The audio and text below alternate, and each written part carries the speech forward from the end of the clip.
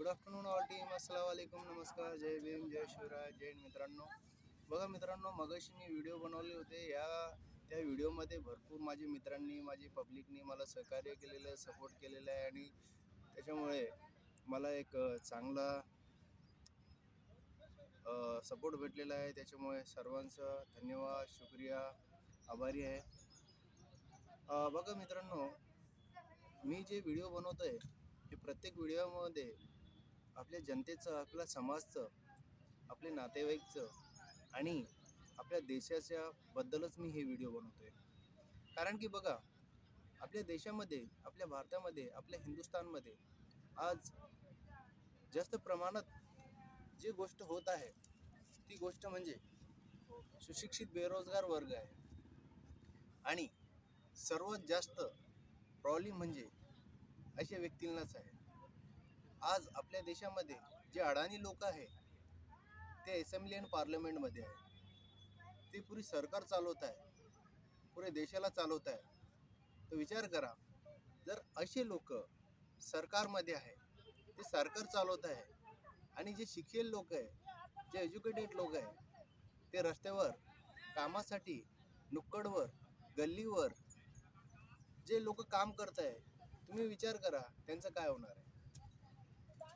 आणि काही लोक आपल्या भारतामध्ये, देशामध्ये, तालुक्यामध्ये, जिल्ह्यामध्ये त्याच्या मनात एक अशी गोष्ट आहे की ते विचार करतात की आपण आपल्या आयुष्यामध्ये कधी ना कधी सक्सेस होईल आणि कधी ना कधी आपण आपल्या आयुष्यामध्ये सक्सेस झाल्यानंतर आपल्या फॅमिलीसाठी, आपल्या कुटुंबासाठी, आपल्या गावासाठी, आपल्या तालुक्यासाठी, आपल्या जिल्ह्यासाठी आपण नक्की काहीतरी करू शकतो असं त्यांना वाटतं.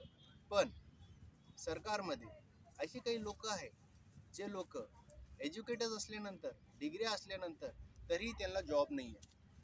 आता जॉब का नाही आहे?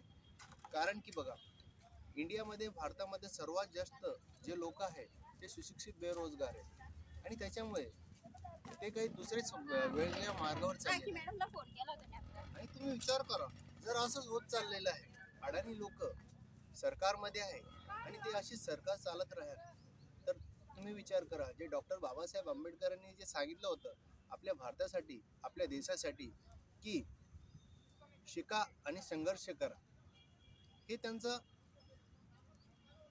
शब्द होता. पण आज शिकेल लोक वेगळ्या मार्गावर चाललेले आहेत. म्हणजे कसं? एक तर त्यांना डिग्री असून, जॉब असून, नोकरी नाही, कामधंदा नाही आहे, पैसा नाही आहे. तो विचार करा, अशी पिढी कुठं जाणार? आणि ही पिढी पुढच्या भविष्यामध्ये काय करणार? आता हे विचार तुम्ही करा. आणि मी प्रत्येक व्हिडिओमध्ये हेच सांगतोय की येणाऱ्या पिढीसाठी आपल्याला एक चांगला नेता, योग्य नेता, एज्युकेटेड नेता, शिकेल नेता आपल्याला निवडायचा आहे. पण प्रत्येक वेळेस काही मूर्ख लोक, काही नालायक लोक आपला इमान, आपला जमीर 1000, 2000, 5000 रुपयात विकून टाकतात. आणि अशा व्यक्तीला निवडून देता जे व्यक्ती काहीच कामाचं नाही. आणि त्याच्यामुळे आपल्या देशाची आर्थिक मंदी होती, कामाची प्रॉब्लेम होतात, जॉबचे प्रॉब्लेम होतात, शिक्षणामध्ये खर्चचा प्रॉब्लेम होतात आणि घरगुती जे राशन आहे त्याच्यामध्ये भरपूर प्रमाणात जास्त महाग झालेलं आहे आणि त्या गोष्टीवर सरकार काही बोलत नाही आहे.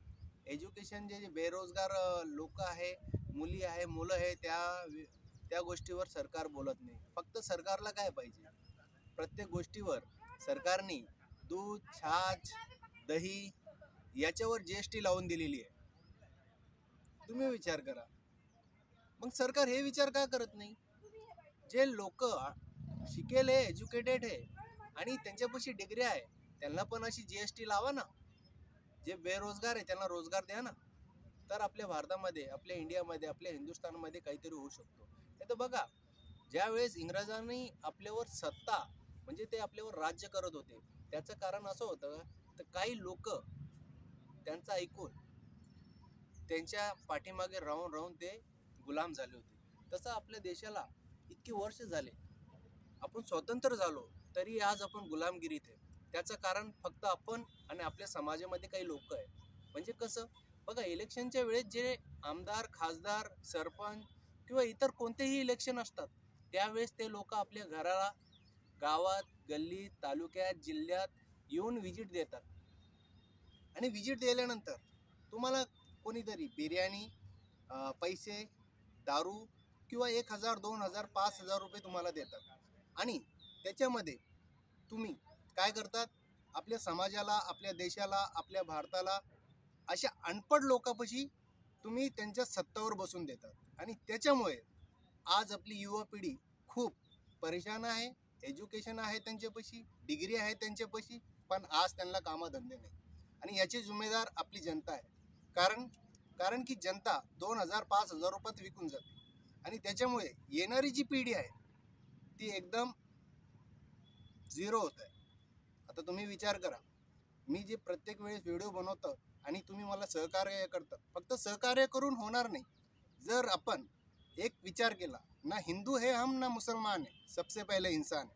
बघा, जर आपण एकत्र झालो तर आपल्या देशातला, आपल्या समाजातला, आपल्या हिंदुस्थानचा, आपल्या भारतचा, आपल्या इंडियाचा काहीतरी होऊ शकतो. बघा, व्हिडिओ बघून फक्त फायदा नाही. जर तुम्ही एकत्र झाले नाही तर लक्षात ठेवा, ते टाइम नक्कीच येईल की आपण काहीच करू शकत नाही. आता बघा, आपल्या भारतामध्ये, आपल्या देशामध्ये आर्थिक मंदी किती झालेली आहे. आणि अशा लोकांना तुम्ही निवडून देतात, जे लोक फक्त जातपातवर, हिंदू मुस्लिमवर, मंदिर मस्जिदवर फक्त वाद करतात. आणि आपला माणूस, आपला व्यक्ती याच्याशिवाय दुसरं काही नाही. जर त्यांना असेंब्ली आणि पार्लमेंटमध्ये तुम्ही बघा, विचार करा, आतापर्यंत 2014 पासून 2024 पर्यंत जे कालावधी गेलेला आहे, या कालावधीमध्ये किती आमदार झाले, किती खासदार झाले, किती नेता आले आणि किती नेता गेले. आणि तुम्ही यांची हिस्ट्री पहा, यांनी नेमकं काय काय काम केलेलं आहे. तुम्ही यांच्यावर का प्रश्न करत नाही? विचार करा, मी तुम्हाला प्रश्न विचारतो. बघा, तुम्ही शिकेल असल्यावर फक्त शिकवणं अर्थ नाही आहे. तुम्हाला समाजापुढे आपली जे प्रॉब्लेम आहे ते मांडावं लागेल, सांगावं लागेल. तरच आपल्या देशामध्ये एक डॉक्टर बाबासाहेब आंबेडकरांनी जे सांगितलं होतं, आपलं हक्क, आपली जिद्द, आपलं कर्तव्य हे करत राहा. तुम्ही भविष्यात तुमचा यश भेटू शकतो. पण तुम्हाला माहिती आहे तुमचा हक्क काय, तुमचा अधिकार काय, तरी तुम्ही काही पैशासाठी, काही गोष्टीसाठी त्याला विकून देतात. आणि ते म्हणतात ना, एक वाटी रसा आणि 5 वर्ष बोंबलत बसा, ही सवय पडलेली आहे तुम्हाला. म्हणजे हे व्हिडिओ मी त्या लोकांसाठी करतोय, जे लोक पैसे घेतात, आपल्या समाजाला विकून काही 2-8 दिवस त्यांचं ते भागून घेतात आणि बाकी समाजाचा, देशाचा, तालुक्याचा, जिल्ह्याचा विकास होत नाही. हे त्या लोकांसाठी व्हिडिओ आहे माझं. तर नक्की तुम्ही सांगा, हे व्हिडिओ तुम्ही कुठून बघताय आणि तुम्हाला माझा व्हिडिओ चांगलं वाटलं की नाही वाटलं. मला लाईक, शेअर, कमेंट जरूर करा. ठीक आहे, मी तुमचा बंधू, तुमचा मित्र, तुमचा फ्रेंड, तुमचा आपला. अस्सलाम वालेकुम, नमस्कार, जय भीम, जय शिवराय, जय हिंद. मित्रांनो, मी जे बोललेलं आहे हे गोष्टीवर लक्ष करा आणि बिलकुल एक होऊन जा, हेच माझं मन आहे. ठीक आहे, थँक्यू. जय हिंद ऑल फ्रेंड्स, थँक्यू.